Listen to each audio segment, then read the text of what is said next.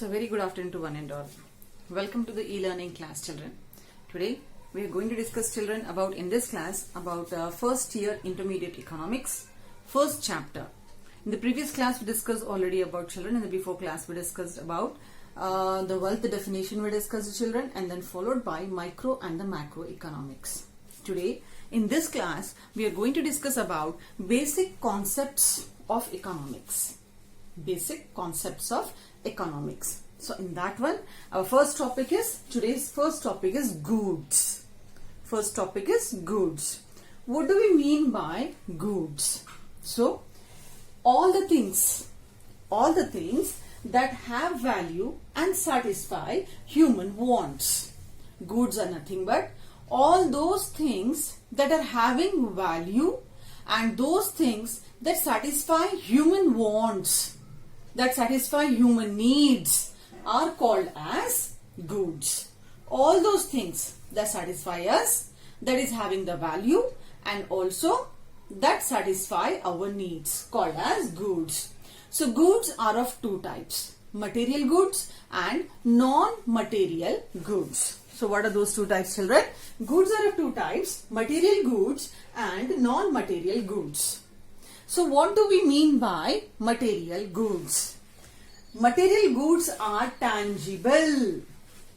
These are the goods that can be seen, that can be touched, that can be transferred from one place to other place.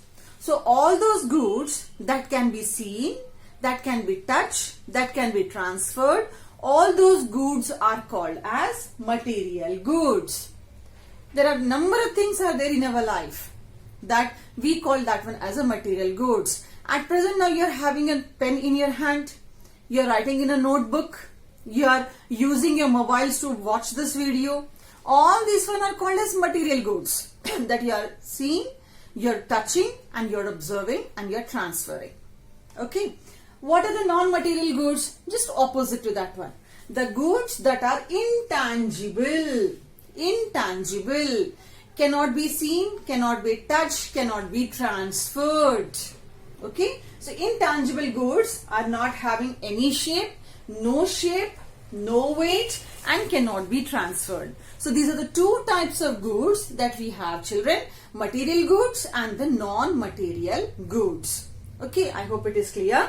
So after this material goods and non-material goods, children, we have to discuss now, children, the types of material goods. There are certain types are there, children, for the material goods. What are the types of material goods? So these material goods are divided into free goods. Material goods are divided into the free goods, children, that we can say the other types of goods also, children. So free goods, economic goods, free goods, economic goods. Then next one is consumer goods, fourth one capital goods, and the fifth one intermediary goods. So goods are divided into these types, children. So those goods are free goods, the goods are free goods.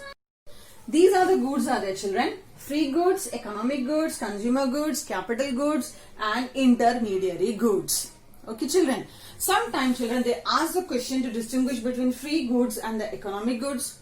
Sometimes you'll get 2 marks question to write down the definition of capital goods. You get a question to write down the definition of consumer goods, types of consumer goods, then followed by the intermediary goods. So now one by one we'll discuss about all these types of goods. So first, let us discuss first about the free goods. The name itself is indicating what is free goods. Free goods. The free goods are the goods that are freely supplied by nature. Free goods are the goods that are freely supplied by nature. Freely supplied by nature. Free goods. That means all those goods that are available freely, okay, are supplied by nature, called as free goods. When goods are freely supplied to us by the nature, So these goods are not having any cost. Not having any cost. No need to pay anything to use these goods. When these goods are not having any cost, so there is no, what you call, the production expenditures. That means here we can say that there is no production expenditures. So because it is produced by nature. Okay, no one is paying this one expenditure.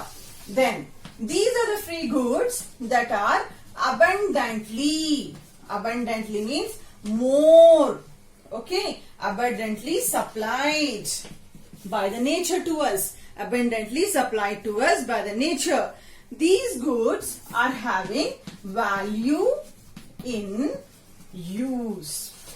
These goods are having values in use. Then what are the example now you say? After reading this one, after learning this one, what we are understanding? The goods that are freely supplied to us by the nature. These goods are not having any cost. To use these goods, we are no need to pay any money. There is no production expenditure because we are not producing, it is producing by the God. And then it is abundantly more in supply than demand. An example. What is an example, children? Sunlight is a very good example for us. The air that we get it, children, the air that we get it in the nature comes under the free goods. So hope it is clear, children. What is free goods? So free goods are the goods free in supply, abundant in nature, no production cost, no cost in the market. Sunlight and the air are the good examples for free goods. I hope it is clear. After the free goods, what are the next goods we are having, children? We are having economic goods. We are having economic goods. Just quite opposite we have to go, children, for this economic goods. So what are economic goods? These are the goods that we can also say as these are man-made goods. All those things what are prepared by the human beings are called as economic goods. When goods are prepared by human beings, so it have value.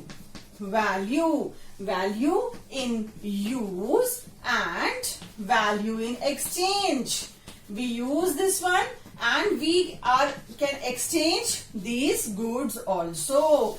It have value in use and value in exchange. That is this one.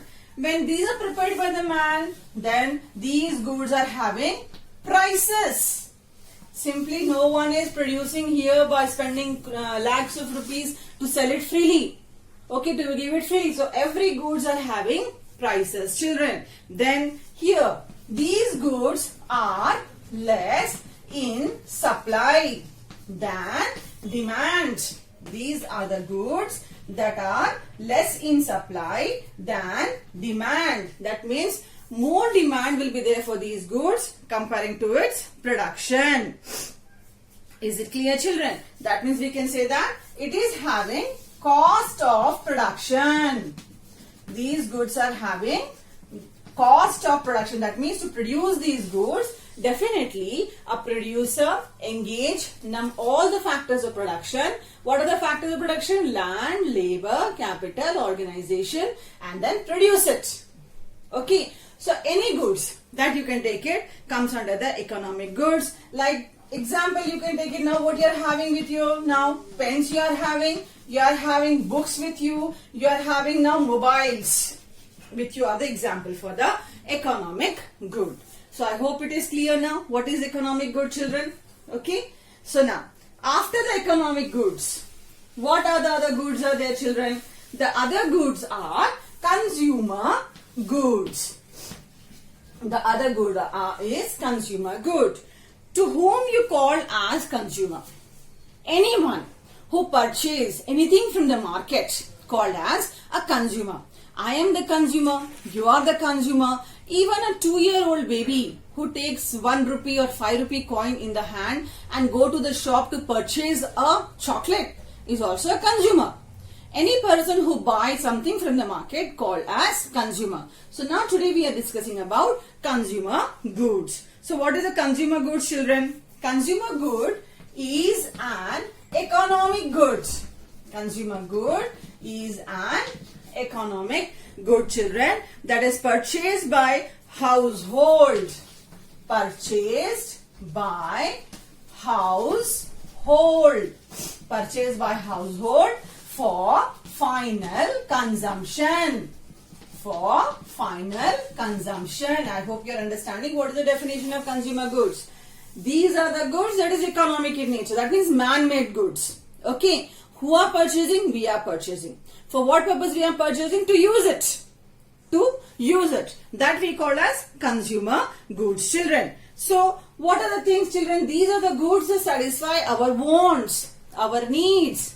For example, to live in this world, we are in need of food. So, we are the consumer for food. To get more energy we take fruits. Fruit is a consumer good. In our daily life, children, when you wake up early in the morning, till you go to the bed in the night, you use many goods. That is, right in the morning you use toothbrush, toothpaste, you use soap, you use bucket, you use mug.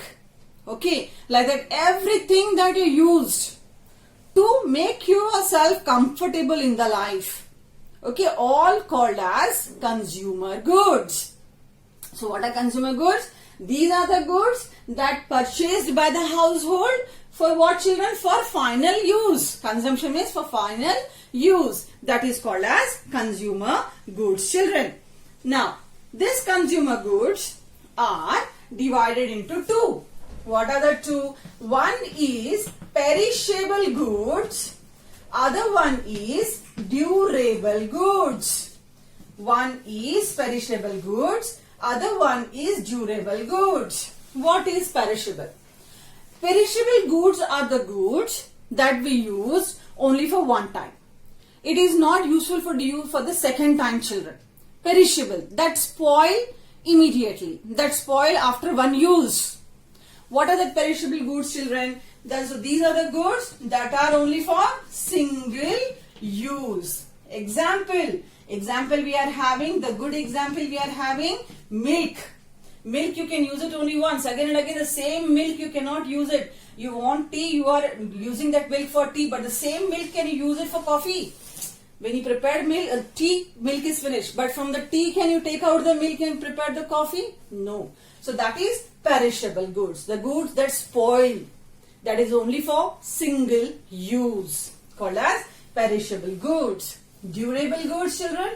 Durable goods that we use years after years.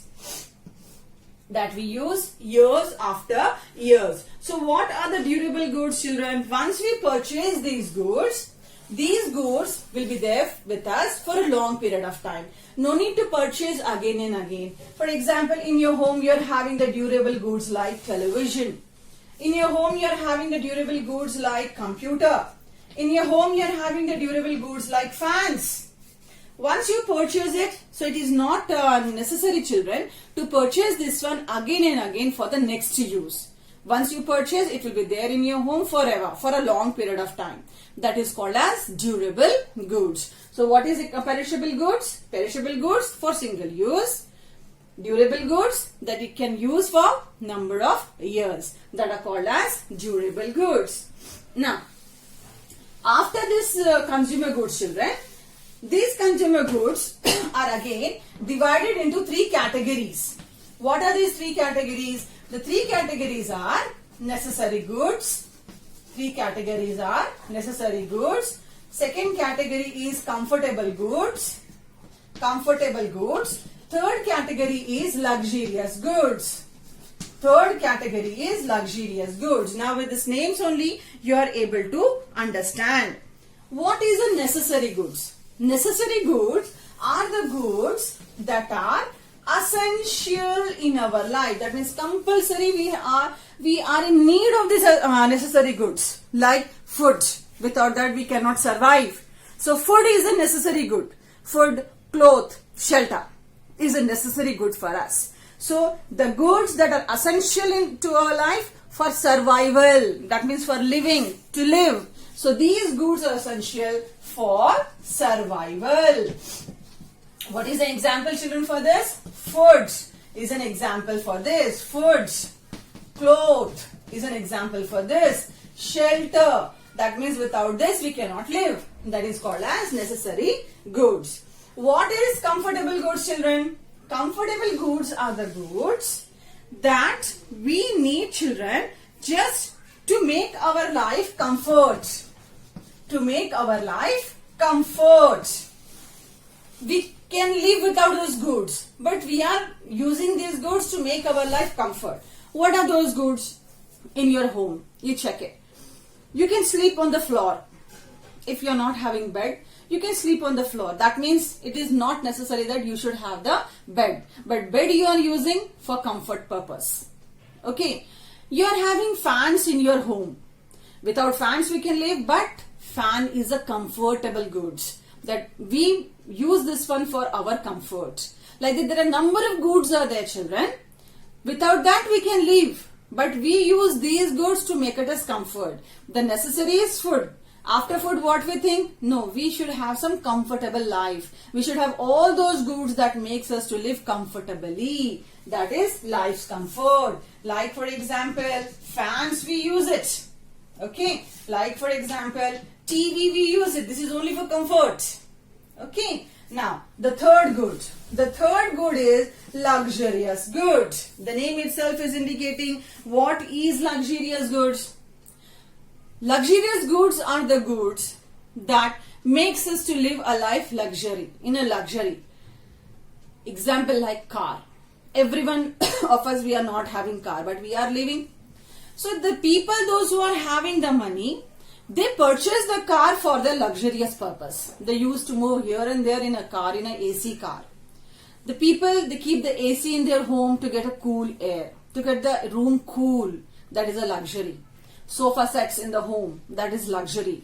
Then followed by diamonds, gold, luxury.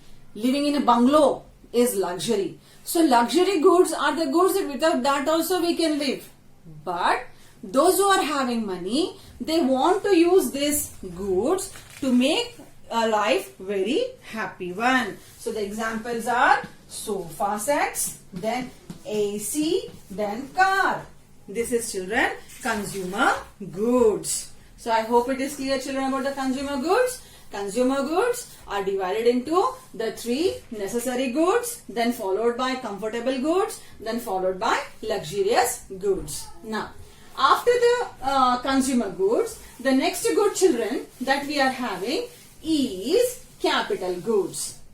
The word itself is helping us, children, capital goods. What is or what are capital goods? The goods that are used in production. The goods that are useful for production. The goods that are used in production called as the capital goods. Like tools, like implements. Capital goods are also called as producer goods. Capital goods are also called as producer goods. Okay. So these goods, they satisfy human wants indirectly. They satisfy human wants indirectly, called as capital goods, children. Okay. Capital goods.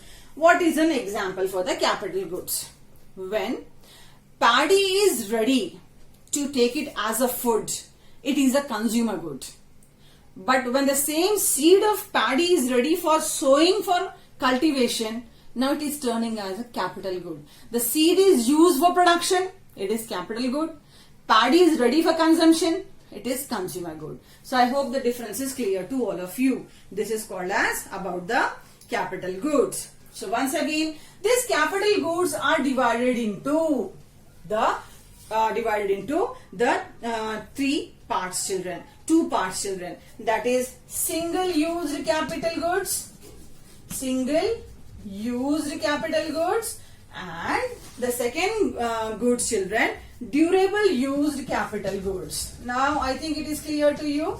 What is single use and durable use? Single use capital goods means the capital goods that we used only for one time only, for single use only. What are the single use capital goods, children, are there? For example, raw material. We are having the example, raw material. This raw material, we use it only for single time. And again for the next production, we use a raw material for number of time. Okay, next time. Durable use. Durable use means again and again we can use these goods. What are that one? That is machines. Example is machine. Once you purchase machine, children, for your factory, for your industry, for your agricultural purposes, for every time are you purchasing the machine? No. Once you purchase the same machine, you are using, children, for number of time. So it is durable, that you can use for number of time. Single use, that is single use, only one time you can able to use. Again next time if you want, you have to use fresh goods. Fresh one, that is it clear? So that is called as capital goods, children. Then after the capital goods, we are having the last good, that is intermediary goods. We are having the last good, that is called as intermediary goods. Intermediary. Inter means in between. In between. It is not what you call raw material. It is not a finished goods. It is semi-finished. This you learn in 10th class.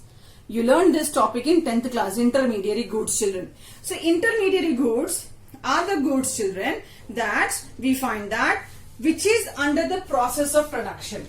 The goods which are under the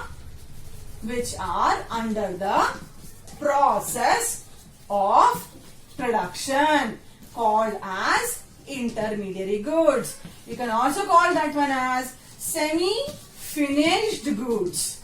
You can also call that one semi-finished. Semi-finished means this is not final goods. This is semi-finished good. What is a semi-finished good? Example like cement. Cement factories, they manufacture cement, but cement is not a final good, children. With cement, you will make the number of things. Okay, that is cement is a semi-finished goods. Bricks are the semi-finished goods. So all these are called as intermediary goods. Okay, so these semi-goods are sold to the producers. The producers, they'll manufacture the next thing. Like for any example, if you take steel, you take it. Steel is manufactured, but that is not a final shape. The producers of other companies, they take the steel and they give the steel new shapes in the form of utensils, in the form of machineries, in the form of one or the other thing. So all those steel is called as semi-finished goods. So this is intermediary goods. So with this what happened, children? We completed, children, the goods and the types of goods. Goods and the types of goods. So now, besides those goods and the types of goods, what are the other basic concepts are there, children, of economics? So the another basic concept of economics is wealth. Another basic concept of economics is wealth. What do you mean by wealth? Wealth is nothing but it is a stock of assets. It is a stock of asset. Wealth is the stock of asset held by an individual. By an individual. Held by an individual that has potential. That has potential for yielding income. For yielding income. So what do you understand, children, by this definition? That means wealth is an asset. Asset means is a property, children, that are held by an individual. Held by an individual that has a potential to earn income. For example, if I am the person, I call myself as a rich person. On what basis I am telling that I am a rich person? On the basis of land that I am having, on the basis of property that I am having, on the basis of gold that I am having, on the basis of shares, the shares from the market that I am having. all those are called as children the asset, that if any time I sell it, I get the money. I can earn the income. I can get the income. Yield means get. I can get the income. Okay. So wealth is what, children? It is a stock of asset. If I'm having a land, tomorrow I can sell that land and I can get the money. If I'm having a property in the form of bungalows or the houses, I can sell them, I can get the property. If I'm having the shares in the market, stock market, I can sell those shares and I can get the money, children. That means it is nothing but any time you can able to get the money. So what are the forms of wealth, children? The forms of wealth in the form of land. It is in the form of shares. It is in the form of shares of the market, and it is in the form of what we can say as money. Wealth in the form of money. So, can we say that the wealth, suppose once we get it, we will possess the wealth forever? That means a rich person can remain rich forever. Can the money remains for a person every time? No, children. So wealth is having certain characteristics. The wealth is having certain characteristics. The characteristics of wealth, children. First characteristic is scarcity. Sometimes we find that the wealth, it becomes less. It becomes limited. Second one, utility. As we use this wealth, it goes on decreasing, children. Just if without any earning, it goes on decreasing. Third one, the wealth is having the value in exchange. Value in exchange. And the fourth one, transferability. What do you mean by transfer? Transferability, that means we can transfer our wealth from one to the other. Wealth can sometimes it becomes shortage, depends on our usage. Then it is having the value in exchange. We can exchange our money with some other, and we can shift, we can transfer our wealth from one to the other. That is called as wealth. So this is the wealth and the characteristics. After the wealth and the characteristics, children, the last topic of today's class is income. Today's class, the last topic is income. What do we mean by income, children? Income is flow from the wealth. It is flow from the wealth. From someone's money we are getting, from someone's wealth we are getting income. Someone's money we are getting income. Flow from the wealth. Flow of wealth also we can say, children. Now, easily we can say, children, income. Income is nothing but, suppose if I receive my salary in the form of income, definitely I received from government. Government got those income from one or the other forms. That means from the taxes, from the other profits. That means money is not remains in the same place, children.